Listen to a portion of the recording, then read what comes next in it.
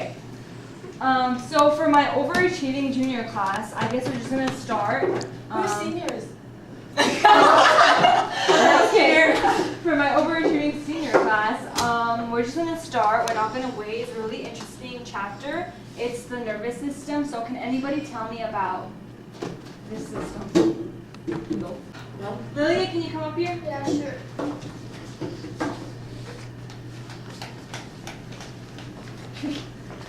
Okay, tell us what you know about the nervous system. Okay.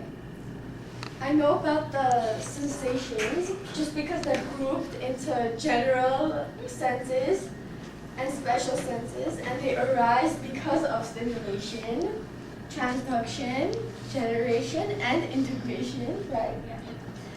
And I know that there's a process of sensation, like the stimulation of the sensory receptors first. The transduction of the stimulation is second. Yeah. Okay, generation of impulses and integration of sensory input. And I know that they're classified into receptors. Can you give us the receptors? There's like 3 nerve endings, from what I know, separate cells, exteroceptors, interoceptors, proprioceptors, but I really don't know if some of them like. Okay, that's fine. Thank you. Okay. Did your homework. Okay, so Carla did the next section, so can you come and please review it? Yeah, what a champ. Okay, so I learned that the primary somatosensory area of the cerebral cortex receives somatic sensory input. Do you know what it is? The primary somatosensory? Yeah, the primary somatosensory area occupies the post-central theory of the parietal lobes and the cerebral cortex.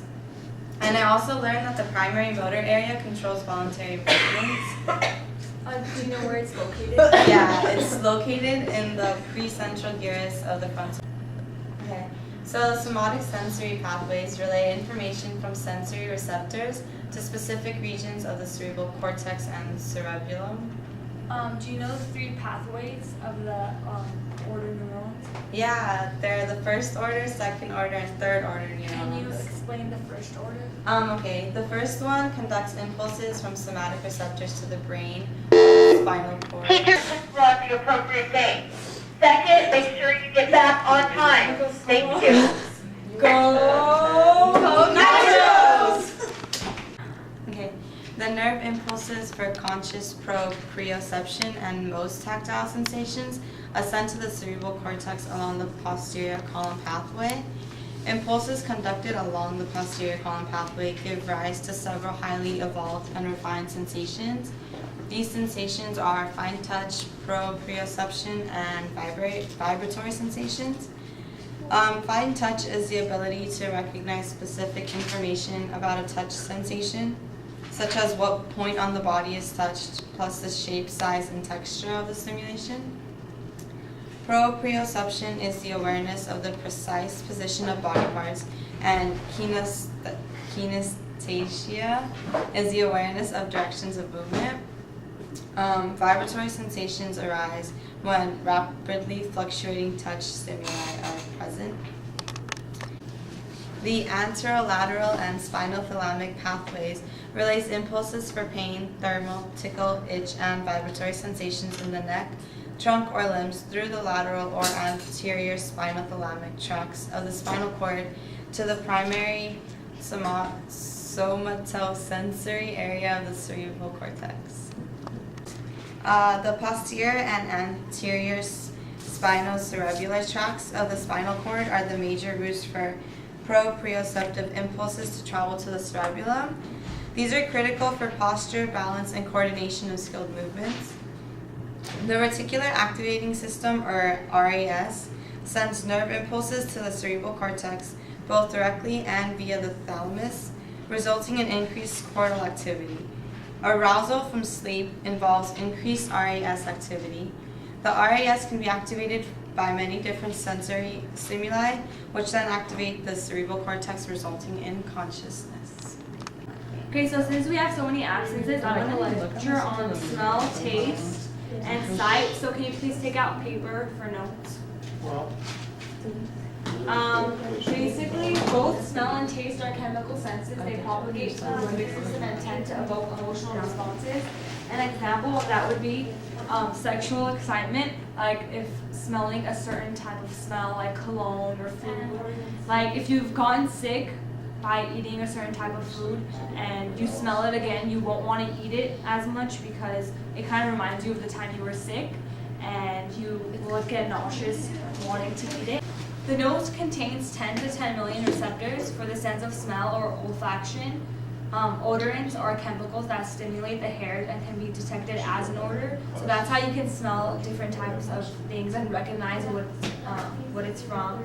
Our ability to recognize different odors depends on activity in the brain, and it arises from the activated combination of receptor cells. And adaptation to these odors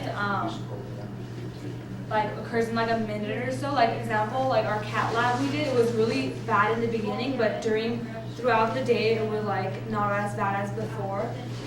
Taste, which is also known as gustation, is simpler to understand than smell because we only have 5 different tastes, and it's bitter, sour, salty, sweet, and umami. And most of you don't know, but umami is a meaty and savory taste, like a mushroom. Odor from food passes through it passes upward and it stimulates your olfactory receptor cells, and that's how you know exactly what you're eating.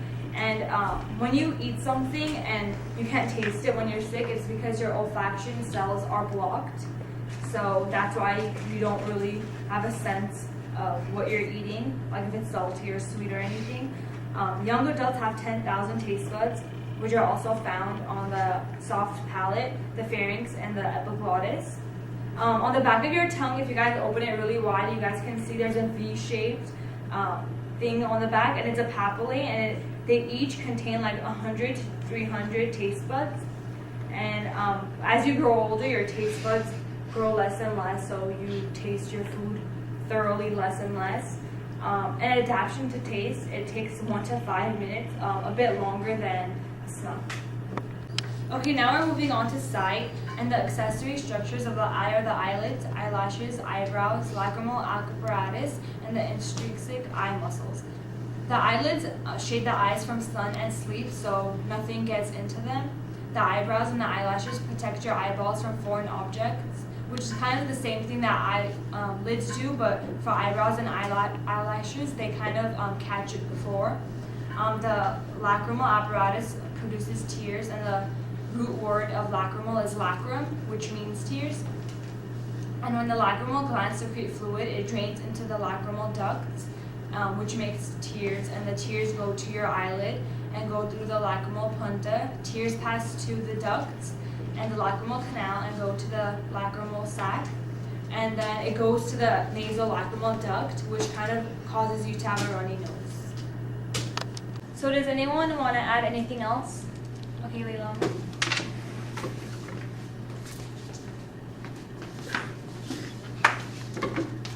Okay, well, I'm gonna talk about the eye today. Well, something I found out was that it is 2.5 centimeters in diameter, and it consists of 3 layers. And the 3 layers are the fibrous tunic, the vascular tunic, and the retina. The fibrous tunic consists of tough, protective white sclera and anterior curved transparent cornea. The retina is the innermost tunic and has an outer pigmented layer.